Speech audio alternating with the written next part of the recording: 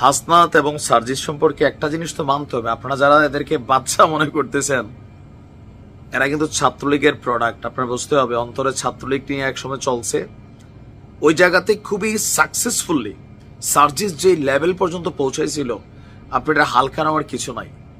তো এই ছেলেগুলো আবার যখন আওয়ামী লীগের প্রতি বিভিন্ন কারণে তারা ঘৃণা পোষণ করলো বা জুলাই আগস্টকে কেন্দ্র করে তারা তাদের পদ থেকে অব্যাহতি নিয়ে নতুন করে আবার আওয়ামী বিরোধী একটা অবস্থান তৈরি করলো, তো আজকের দিনে তারা যখন কথা বলছে আপনি হালকা নেওয়ার কিছু নাই। কেউ কেউ বলছে যে দেখেন মাত্র ওয়াসার নিয়োগ নিয়ে কথা উঠছিল, কে কত খাইছে, কার রিকোয়েস্টে কে কোথায় চাকরি পাইছে।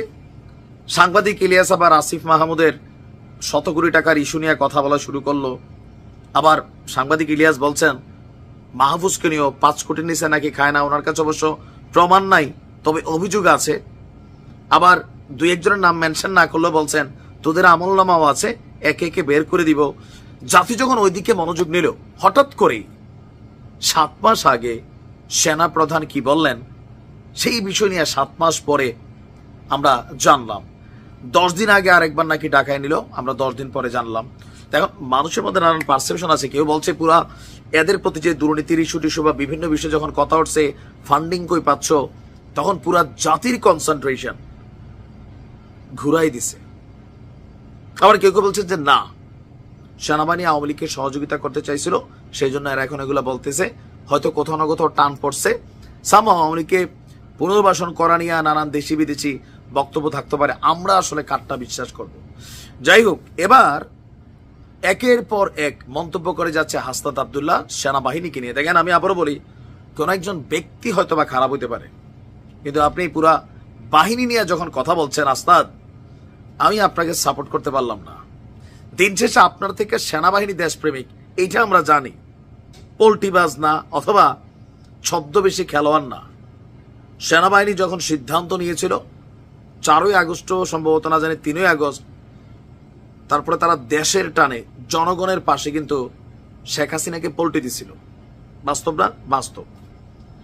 সেই জায়গায় আজকে আপনি সেনাবাহিনীকে যে জায়গাটা নিতে চাচ্ছেন, আপনাদের কথায়, গুটি কয়েক মানুষের কথায়, আর সুবিধাভোগী যে শ্রেণীটা আছে, ওই যে চপ্পল পরা ঘুরতে হঠাৎ করে ধরেন মানে গুচ্ছির স্যান্ডেল পরা শুরু করছে, এই যে শ্রেণীটা বিভিন্ন জায়গায় স্কুল কলেজ বিভিন্ন জায়গায় নিয়ন্ত্রণ পয়সা এগুলো মিলে গেছে, এরা সবাই পাগল হয়ে গেছে সেনাবাহিনী গাদ্দার, সেনাবাহিনী গাদ্দার। আরে বেটা, চাই কুচবিও সেনাবাহিনী নিয়ে প্রশ্ন, এটা আমরা জাতি হিসাবে নিব না। এখন হাসনাত আব্দুল্লাহ বলছে বাংলাদেশের রাজনীতিতে সেনাবাহিনী হস্তক্ষেপ করতে চাচ্ছে। কি হস্তক্ষেপ? সেনাবাহিনী চাইলে কি শেখ হাসিনার ভারত থেকে তুলে আইনা বাংলাদেশের টাকায় বসায় দিতে পারবে? জনগণ এটা মেনে নেবে? তাহলে সেনাবাহিনী কিসের হস্তক্ষেপ চাচ্ছে, মানে কোন জায়গায় হস্তক্ষেপ করতে চাচ্ছে? হাসনাত বলছেন যে গতকালকে যে দেশের ভবিষ্যৎ কোন দিকে যাবে তার রাজনীতিবিদরাই নির্ধারণ করবে। তো ছাড়ো রাজনীতিবিদদের উপর, রাজনীতিবিদদের কাজ পর্যন্ত যাওয়ার জন্য তো নির্বাচন দরকার। কেউ কেউ বলছেন যে টোটাল আপনার এই খেলাগুলার মূল মেইন হচ্ছে নির্বাচনকে আরো পিছানো, এদের রাজনৈতিক দলটা গোছানো। কারণ এদের দলের ইস্যু নিয়ে গত 2 দিন আগে নাহিদ পটুয়াখালীতে গিয়ে ভাই এক ধরনের নিজেদের দলীয় কর্মীদের হাতেই অল্পের জন্য রক্ষা পেয়ে গেছে। বিভিন্ন জায়গায় এরা এরকম কিন্তু হচ্ছে। পুরা জাতির কনসেন্ট্রেশন, দেশপ্রেমিক ক্যাপ্টেন বাংলাদেশ, সবগুলো আওয়ামী লীগের প্রোডাক্ট। বুঝতে হবে, এখন নাই, এখন ঘৃণা করে, but build in Awami League কিন্তু এরা। হালকা নামার কিছু নাই। তবে আমি মনে করি সেনাবাহিনী নিয়ে যে কোনো বক্তব্য দিতে লাগামহীন বক্তব্য দিও না, এটা রাজনীতিবিদদের বিষয় না।